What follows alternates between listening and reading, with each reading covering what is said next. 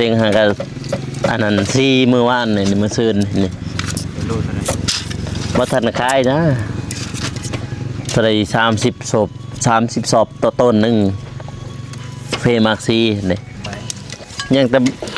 ค้างเมืองนี่แล้วเนาะที่เขาบ่ทันเฮ็ดถั่วเลยมันสนทันบ่มันต่ำเลยถ้าว่าเฮาสิพังหลักอยู่ต่ำเลยสินะบัดเวลาเฮาทมมาสิทมหลักมันสิเพียงหัวเข่านะเสียได้ก็แม่นอยู่ว่าอันใบตะดินมันสิบ่ฮอดนะแต่ว่าเฮารักษาเขตเฮารักษานะแม่นพอหันกระทางน่ะเด้บ่มีไผรอกทำเขตรองน้ำแรงน้ำแถวนี้ก็มันก็เขตเฮารักษาบ่ผมมาลิบน้ำมันจับบ่แต่ก่อนจักอันนั้นเกาะฟังนั้นมานั่นเบิด10เกาะแล้วก็ซื้อมาไว้อีกอัน10เกาะแล้วเราเอามานี่4เกาะยังเหลืออีก6ยังเหลืออีก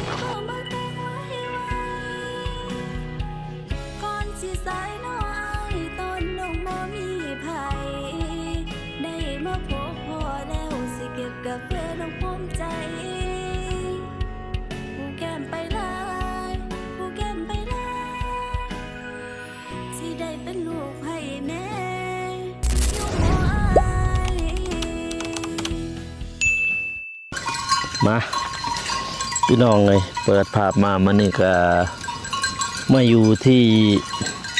ดินไม้เนาะพี่น้องนะดินไม้ของเบาเตียงพี่น้องเนาะพี่ปาโตเข่งดึงนะพี่น้องเลยคุณเข่งเป็นเข่งเลยใช่ปะสร้างแดงเฮ็ดมาตรฐานเลยพี่น้องเลยงัวแบบว่าบ่มีเพ่แล้วนะโอ้ตายเลยงัวเนี่ยไม่ได้ของเจ้าเองบ่ปลาทุน่าหลายตรงนี้30 โตมาตำมา30 โตเลยมันหลายมาทานเลยเสากับบังใหญ่จังสีเลยเป็นแบบต้องบตีงเลยพี่น้องเลยตอนนี้เพิ่นล้อมไปพูนพี่น้องเลยฮอดพูนแล้ว3 มื้อ 4 มื้อแล้วมื้อนี้พี่น้องเนาะแต่เสาทำบิดเนี่ยเพิ่นก็สิแบบว่าเพิ่นทีเอาปูนมาเทนั่นแหละพี่มานี่นะพี่น้องเนาะเปิดหน้าเห็นหน้าเห็นตากันพี่น้องเลยเนาะก่อนอื่นมันก็สบายดีเด้อพ่อแม่พี่น้องเนาะบ่ว่าสิอยู่ภายในหรือว่าต่างประเทศยินดีต้อนรับเข้าสู่ช่องเบาโกบ่สนบทสปปลาวพี่น้องเลยเนาะพี่ปา1 2 3 4น้ำ4 เซนน้ำหมกจับแต่ว่าเพิ่นหล่อปูไปฮอดพุ่นเลยที่เหลือก็ยังแม่นว่าสีดุดหรือว่าสิกวดให้มันงามคือเบื้องพุ่นพี่น้องเห็นบ่แบบนั้นมันงามแบบนะเพิ่นสิกวดลงอีกเอามันงามเอามันเพียงเลยพี่สร้างเพิ่นก็มา3 มื้อและ4 มื้อแล้วมื้อนี้นี่บ่มีติงเลยปาเตอมาบัดนี่ฝนก็บ่ทันได้ตกบ่ตกเด้อฝนเด้อไปดีเด้อพ่อแม่ไปดีได้แดงเด้อโอ้สบายดีโอ้เฮ็ดได้ช่างนี่พลักแถบคุมกาแฟด้วยประมาณว่าจักพันกะว่า7,000อยู่นี่เนี่ยมั้งกับติมอร์ละจิปลูกเลือเฟกลางติมอร์มักกับติมอร์หลายกว่ามักกาแฟมักกับติมอร์จักโลเท่าไรล่ะกับติมอร์เดี๋ยวนี้เต็งหากัน อันนั้นซีมือว่านนี่มือซื่นนี่ เป็นรูเท่าไหร่ บ่ทันขายนะเท่าไหร่30ศพ30ศพต่อต้นหนึงเฟมักซีนี่ถ้าเม็ดก็มาแห้งนี่แหละ เอา30สอบตัวตูนเติบหนึง 30ศพต่อต้นหนึงเพราะว่าละซีมือวานนี่ซีมือวานมือซื่นนี่ มากน้อยเห็นบ่ ฮะ น้อยบ่ เออ ว่านี่สีกันปากกา คอยอันซีมากันนั้นกาแฟกะติมอหั่นนะแนวเก็บมาแล้วก็ตากเลยตากแล้วแห้งแล้วบัดนี้ก็ผู้มีจักรแล้วจังซีเมื่อวานนี้เอาจักรแต่บ้านพุ่นแต่บ้านอันนั้นแต่ละจึงพุ่นแหละเขายืมเอา คุณบ่ พี่อายเลยยืมมาซีของเราได้ต้นปลายแล้วของเราสิหลายกลัวาได้กาแฟเราแล้วก็คมคอยเนี่ยได้แต่ต้นหนึ่ง30สอบต่อต้นเฟมักซีแล้วไอ้แดงบัตฟันให้เลขบ่นอน3คืนนี่ บ่เห็น บ่เห็น ทีเลยโอ้บ่เห็นพันอยู่แต่ว่ามันพันไปบ่มันบ่ถึงเลขหรอก บ่ถึกเลข แน่ ถึงยังนะบัดนี้บ่ถึกเลข ถึงแต่ความพันนั่นแหละ มันบ่เข้าในเสเลขอะนะ เออ มาคิดในใจอะมันออกบ่ถึกคันถึกก็เลยสิเสียเงิน เมื่อวานนั่นเนาะเลขออกเนาะ แม่น จักเลขออกชัง คือกัน ไปยังฮะ ปลา ปลา แสนหนึง ปลาน้อยปลาใหญ่ ก็หมด บ้านเฮายังมีปลาน้อยปลาใหญ่อีก ปลาตัวเดียวนี่ ปลาตัวเดียวยังบ่พอ งั้นแหละสิผิดเลย ก็ว่าสิซื้อเลขควายล่ะบ่ถึกซ้ำ อืม บ่ ดีแล้วบ่ซื้อครับ ที่เราบ่ถึก คันซื้อบ่ถือซื้อในใจเอา ซื้อน้อยเพิ่นบ่ได้หลายเพิ่นซื้อหลายบ่ถึกเพิ่นลบเฮาอีก เนาะ เฮ็ดจังได๋ อืมมื้อใดเขาว่าสิมาไทยนี่บ่แม่จักบ่ แม่นัดมื้อนี้นัดแต่มื้อก่อนเพราะว่ามื้ออื่นเลยมื้ออื่น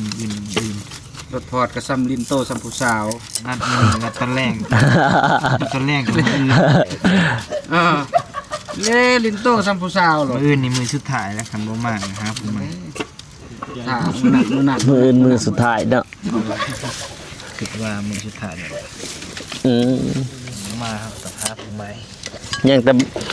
ข้างเมืองนี่แหล้วเนาะที่เขาบ่ทันเฮ็ดทั่วเด้มันสนทันบ่ มันต่ำเลยถ้าว่าเฮาสิพังหลักอยู่ต่ำเลยสินะบัดเวลาเฮาทมมา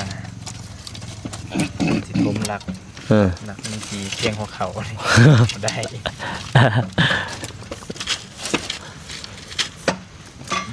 จักแม่นเจ้าบ่อันนั้นดินแล้วนี่ อ่าบ่รวมน้องบ่รวมฟังหวยอันนี้เอกา2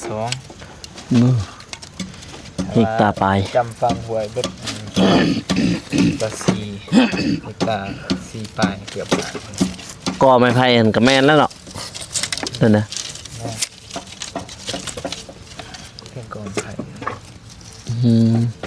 ตะกี้มันเป็นน้องมาอย่างนี้บ่อนอาหาร ด้วยน้องมงคล อืม แล้วก็น้องนี่วันนิทม อืมตะกี้เคยเข้ามาอยู่ทางนี้นี่ไปเก็บกาแฟบูนบริษัทตัวพุ่น สมใส่วะ คือสิแม่นแล้วทางนั้น สุดเส้นนี่แต่ว่า สุดเท่านี้แหละ แม่นจะคล้องทางนี่แหละ แม่นบ่ บริษัทตัวสุดท้าย เพิ่นก็เฮ็ดงามเลยเนาะตะกี้ยังเป็นดินแดงนะตะกี้ขี้ตม เป็นหัวหน้าโยธานะ โอ้คักและสันเป็นหัวหน้าโยธา สวดเลย เฮ้ย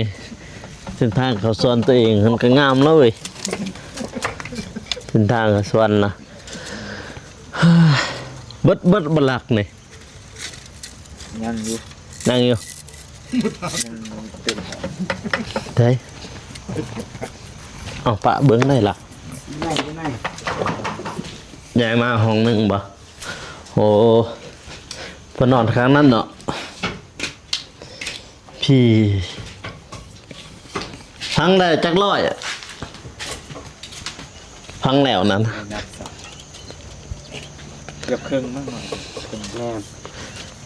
เกือบครึ่งหนึง เป็นร้อยไป หันไปเลยครั้งเลยอันนี้ลายเตะ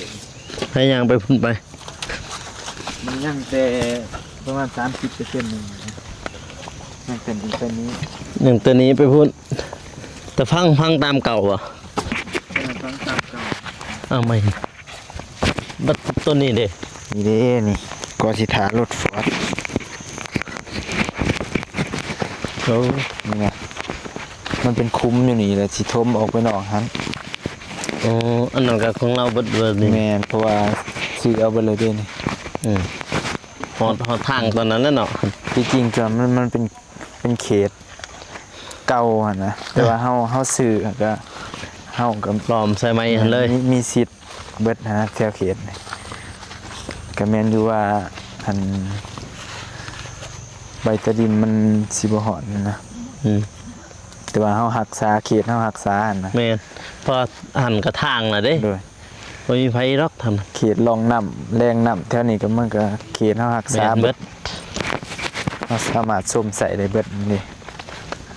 กุ๊กอีเสียงก็ลำใหญ่มาเลยแม่นบอก พวกลำไยนั่นแหละ มีกุ๊กลำใหญ่กุ๊กนี่น้องเนาะมายำฝนสิบ่มีน้ำบ่ มีแหละนี่แหละว่าสีทมอ่ะสีอนามัยทางพุ่น หยุด มา แต่พุ่นมานี่ ทม ขวดมันจะถึงพุ่นเนาะลงมาใส่น้องนี่ โดยวันนั้นนั่นแหละ แต่บ่เห็นมามื้อนี้ นัดมื้อนี้ก็เป็นวันที่ นั่นมื้อนี้ ที่สาม เป็นมื้ออื่นตอนนั้นว่ามื้ออื่นมื้อฮืออีก มื้ออื่นมื้อสุดท้ายมันยังบ่มาก็สิหาคนใหม่ เออ เพราะว่าได้เว้ากันจบเจือนะ เออ คือว่าเพิ่นเฮ็ดดีเฮ็ดคักหลายๆคนเว้าหั่นนะ เออ แต่ว่าคันว่าเพิ่นยังบ่มาอยู่เฮาก็จำเป็นนั่นแหละ จำเป็นหาคนใหม่ โดย ตะกี้อันเขาเซาบ่ดินตัวนี้นะ ตะกี้มีคนมาเซาของเพิ่นปลูกบักเขือนี่เลย เห็นเต็มท่านน่ะโกบมะเขือ เก็บโกบมะเขือวังนั้น หลายเติบเลย เนอะ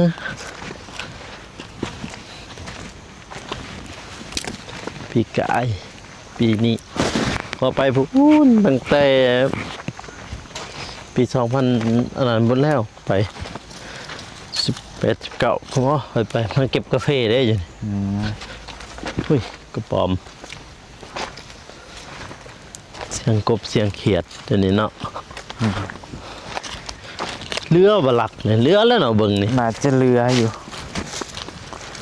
พอเห็นอยู่ไหนก็ยังหลายหนึง มันลักแบบเก่าๆนี่ดิไปซ่อนใส่เงี้ยหลายๆนี่ พอดีอันนั้นตามหัวนี่เลย ตามห้วยนี่เลย ดูนี่เลยสิ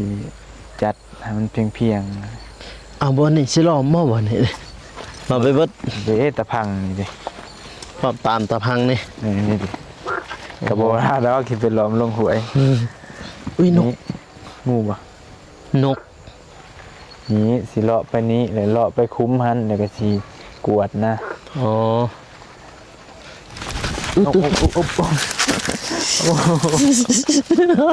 ว่าดอก เกือบลัดโอ้ยยืนอันนี้อ๋อนี่ มันมี ตาม มองรูปมองโน่นมองรูปมองโน่นแหละก็ว่าเอามาทันได้เฮ็ดเอา เพราะมันดุดมาถึงกับทมเต็มนั่นคุมตัวนี้นี่โอ้ยถ้าบ่เต็มนี่อันนั้นแล้วยำฝนนี่ นำขึ้นแน่ เมื่อนั้นไปเก็บผักอันนั้น กูดบ่ ผักกูดตานี่นี่เขาบ้านงเขาพอได้กิน จะได้กินอยู่ดอก ผักกูดมาวันนี้เรียบร้อยแล้วอันนี้ตะกี้อยู่นี่เนาะน้องเนาะเนาะ เด้แม่นมีกับน้องหนึง แล้วถมหมด มีตัวนี้ยังสิเคลียร์อยู่นี่เพราะว่าถมรถจกถมบ่เบิดนะมีกับไฟบ่ บ่ เผานี่ ผาตอนนี่ เผาแล้วนี่นะว่าอยากฮ้อนตัวนี้แต่ว่าจักไอแดงมันเสียฮ้อนให้มันเจ็บกว่านี้รถฟอร์ดดันดินลงมา เนาะ ปรับแทนนี่แต่ว่าระดับสูงเบื้องนี้นี่โอเคแน่แล้วโอเคแล้วมีแต่ดันตัวนั้นลงมาถมน้องแต่ว่าตัวนี้ก็เสียออกบ่ได้ จะตัดมันลงสั่นมันลงหั่นน่ะตัดอันนั้นจักตัดแล้วก็เอาดินมาขวดมาแต่ถึงมัน เด้อ ให้มันงามคือจังซั่นเห็นบ่เบิ่ง อยาก นำ ได้แบบนี้แหละแต่ว่ารถปกติว่าหินมันอยากหลาย บัดมาเบิ่งนี่ก็หินหลายคือกัน เขาก็ยังเฮ็ดได้นะ นี่อันตัวนี้ไผเฮ็ด อีกเจ้าหนึงคันบ่ได้เพิ่นนี่ก็สิมาถาม เอาเท่านั้นแล้วเนาะ พิ่ เออห่วยนี่ก็งอดแอดเจอกบเจอเขียดน่าจะมีตี้ปลาดุกปลาคอ เมื่อตะกี้ก็ใส่เบ็ดแถวนี้เลย มาปักเนาะ เห็นดู ซื้อเบ็ด แต่ มา น้องแถวนี้แหละมีหอยกับมีปลาธรรมศาสตร์ ห้อยก็มีบ่ หอยจูบมันเด้ ห้อยจูบมีซั่นบ่ มีแหละ โอ้ ฮะอยู่ ห้วยอีช่างบ่เจอเอิ้น มันไว้ เอาไว้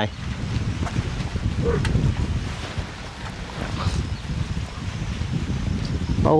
เข่งเป็นเข่งพุ่นน่ะ เลย บ่มีย่านเนาะแล้วดึงจังได๋วะคือเข่งแท้ เข่ง เอา ใส่ เอา ลัก นี่ ลักปูนเด้ ฮะ เทปูนบางหลัก เทปโอ้ แต่ว่าแถวนี้จักสิได้เทบ่แต่ว่าที่เทิงกันเทปูนนี่ดิตอกลักขำแล้วก็เข่งลักตัวขำเข่งไปเป็นยานไปเลย อีมันบ่เกิดเบยนี่ แก้วมังกรนะ เออ เกินทันเลย โอ้ยก็ถิ่มมันแล้วบ่แม่นนั่นข่อยยังเคยสิปลูกอยู่นี่แล้วนี่ว่าบ่ จังหวะ บ่ได้ถิ่มติ เสียมาปลูกบ่หรือว่าสิถิ่ม มาปลูกก็มาปะเส้นนี้อย่าว่าก้อนกาแฟได้กินก่อนนะซ้ำๆมาเสียหญ้ากาแฟได้เก็บยอดได้มากกว่านี่ เก็บอยู่แล้ว อีเป็นน้องเพิ่นดุดบ่ลงซ้ำนี่ และปัญหาร ถจกบ่เฮ็ดตอนนั้น รถจกแบบบ่ได้เบิ่งนำแน่นะตอนนั้นก็ยังอยู่สวรรค์อยู่ เออ คันตอนนั้นอยู่ก็สิให้กระจายพวกกิ่งใหม่กิ่งหยังให้มันลงมาสระอยู่พี่ เฮ้อนะ ที่ให้แดงนั่นแหละเราหาจักรมาเขี่ย เครียดตอนนี้นี่ เด้อเขี่ยมันเจ็บๆเหมือนเวลารถฟอร์ดลงก็อันนี้เลยจบปันเดียวนะ น่าจะได้อยู่ดอกเพิ่นปรับหน้าดินให้มันเพียงแล้วเอาดินมันยุซะนิดนี่ให้มันเต็มกระเบื้องนะครับพูดได้ซ้ำเพื่อนหมดแล้ว จังสิเต็มบ่ เต็มเพราะว่าเบื้องนี้มันสูงกว่า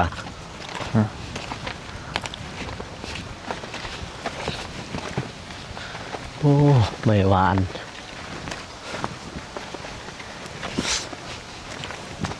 เมื่อนั้นมางมห้อยบ่เห็นเหมือนน่ะ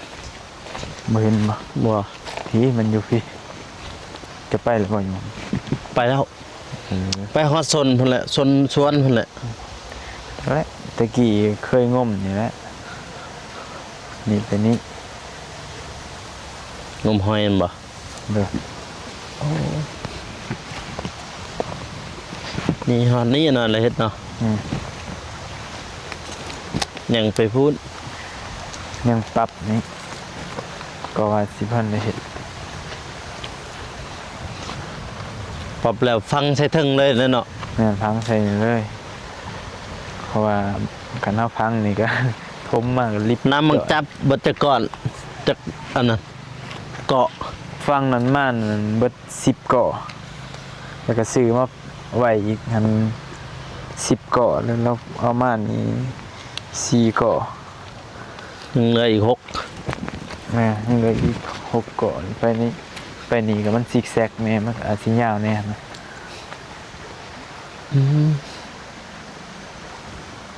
ไปนี่กับหัน ปดเกาะตัวนี้นี่เกาะไม่หวานนี่ อันนี้ก็เอาออกบ่ได้ พอเราจกกระย่อมเนาะ เดี๋ยวจกก็ยอมแต่ว่าคันเพิ่นสิเอาออกอีหลีงมันต้องเอาออกเบิดนะจกเบิดแทบ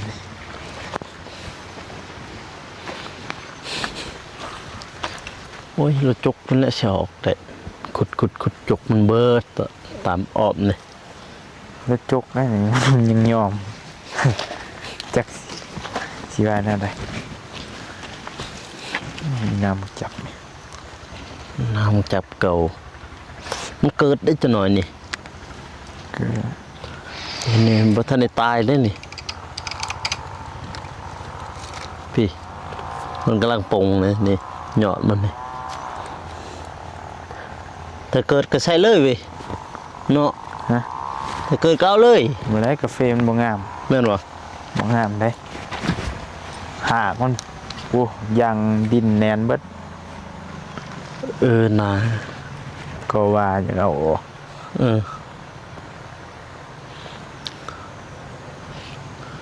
คือฟังหนาเป็นน้องหมด ฟังนั้นยังว่า เพิ่นบ่ได้เฮ็ดหยังใครอยู่ พอไม่วาน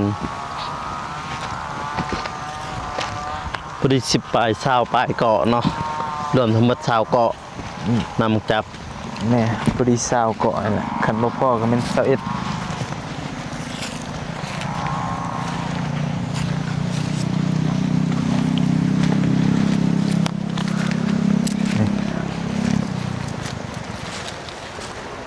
ปูแถวนี้แล้วสิยากเลย แถวนี้มันพังอยู่เทึงพุ่นบ่ ให้รถมันไอ้เจอน่าจะฟังกับประมาณนี้แหละนี่ประมาณเหลี่ยมมันนี่บัดนี้มันผัดแถวนี้มันยังต่ำ หลุดมันจะเทึงใช่แหละมะเขือพุ่นไปเก็บมะเขือไป เชื่อป่ะไปใช่ อันนั้นดินไผ่ตอนนั้นเบิ่งนะ หลายเจ้าอยู่กินคนในบ้านนะนี่เจ้าหนึงหันเจ้าหนึงประมาณหาเจ้าแสดงติดจอดเลย ปัจจุบันบริษัทนี้ยังเบิ่งนะมันมีได้บริษัทเบิ่งบ่ ใช่ขามฟังนี่บ่ เห็นบริษัทหน้าเบิ่งนะมีบริษัทหนึ่งอยู่ครับมื้อนั้นเขาบินโดน ครับ โดน เพ ไป ราะบริษัทเดียวกับตัวนี้มันคนกวมมาฝากทางเหมือนปิดหวย ใช่ละมะเขือครับนี่ เสียวมากินบ่ เก็บมากินถ้ามันมีได้แหละ มี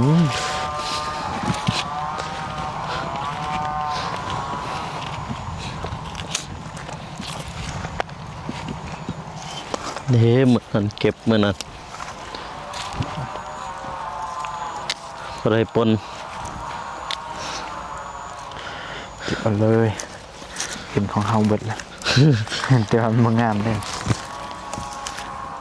มื้อนั้นหน่วยใหญ่ได้มื้อนั้นเก็บกับบ่าวหนู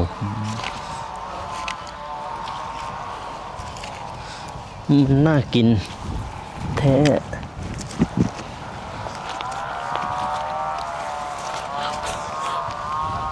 เอาเฮ็ดบัดนี้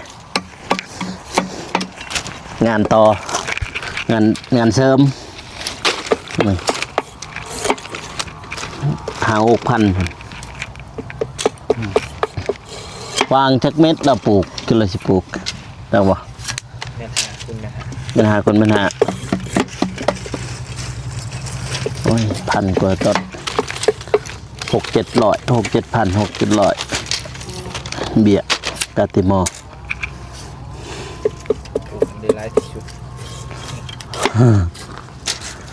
วันนี้แหละบ่าวเตียงสิเป็นเสียกาแฟอยู่กงตูนบ้านกงตูน ยังอีก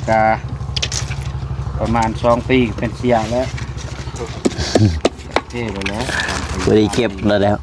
2 ปีกับผม 2 ปีปลายเก็บคงบ่มีจักปีอยู่บ่อนสวน 7 เดือน ปี7 เดือน แล้วก็ปีและ2 ปีไป 2 ปีปลายนี่ได้เก็บแล้ว นี่ก็เสียเหมือนกัน คำมันร้ายกับเสียอยู่แล้วมันพอกระเทือน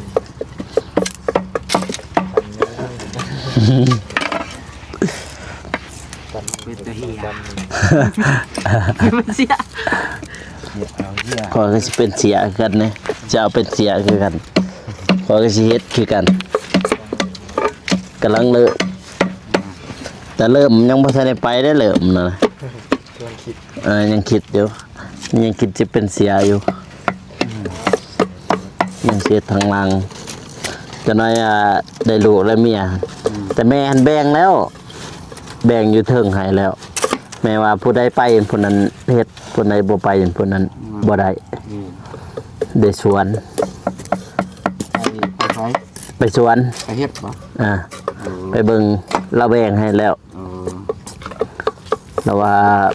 ไปเฮ็ดเอาเองซื้อปุ๋ยซื้อหยังซื้อเอาเองแต่มีหมากกะเก็บขายกะพอตัวเองเนาะคือกันนะเนาะ ว่าสิให้แต่พ่อแม่เฮ็ดเฒ่าแล้วเป็นบ้าเนาะ แม่นนะ ก็เมื่อยแล้วเด้ ซื้อปุ๋ยใช้เองเนาะ กี่ล่ะ เราหาให้สำนันแต่เราปลูกอะไรมีแต่เสริมไปเสริมอีก ไปมันมากบอกพวกอ้ายเก็บ จะเบาไปแกะเดี๋ยวจะ มันจัก นั่น แล้วไปบอกก็ได้ บินโดรนก่อนพี่น้องเลยเนาะเบิ่งบรรยากาศมุมสูงทางดินของบ่อเตียงน้องพี่น้องเนาะเบิ่งบรรยากาศมุมสูงน้ำกันเลยพี่น้องเลยเนาะแล้วก็บ่โกก็สิได้จบคลิปอยู่หันเลยเด้อพี่น้องเด้ออยู่ที่โดนนั่นเลยพี่น้องเนาะไปเดี๋ยวเราไปเบิ่งน้ำกันพี่น้องเลยบรรยากาศมุมสูงอยู่ที่ดินไม้ของบ่อเตียงน้องพี่น้องเนาะไป let's go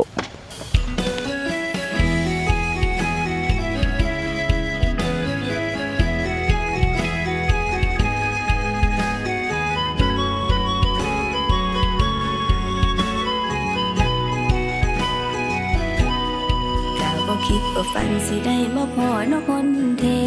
มาพบที่สวนกาแฟเจ้าผู้รอบาดใจ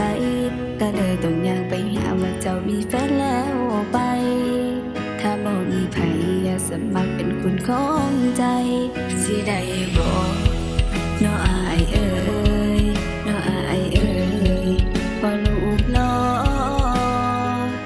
อยากสิขอน้อถามอายเจ้าเป็นคนอยู่บ้านใดเห็นใจของน้องสั่นไหว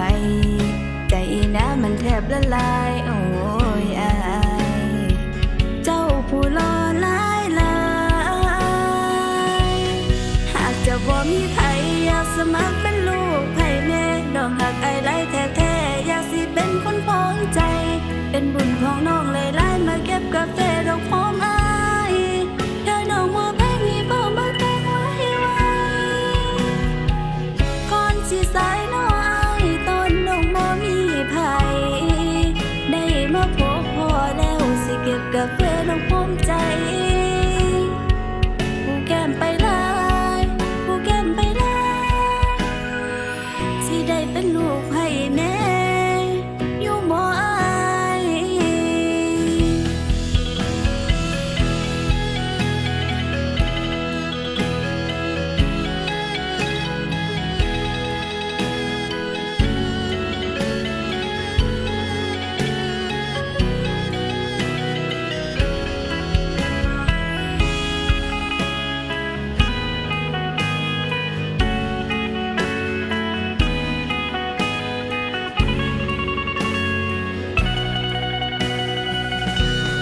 หากจะบ่มีไผอยากสมัครเป็นลู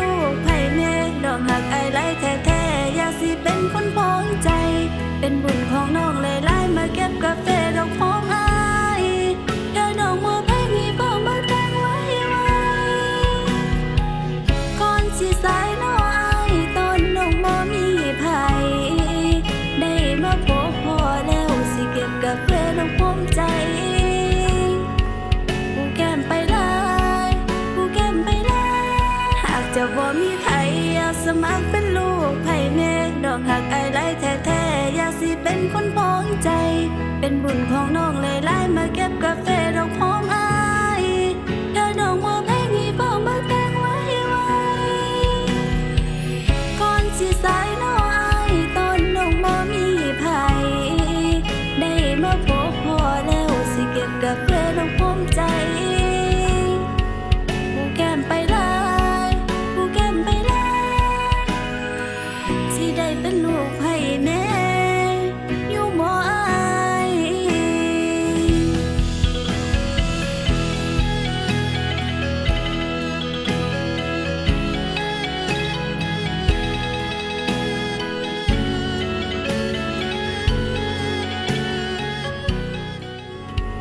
ผู้แก้มไปลา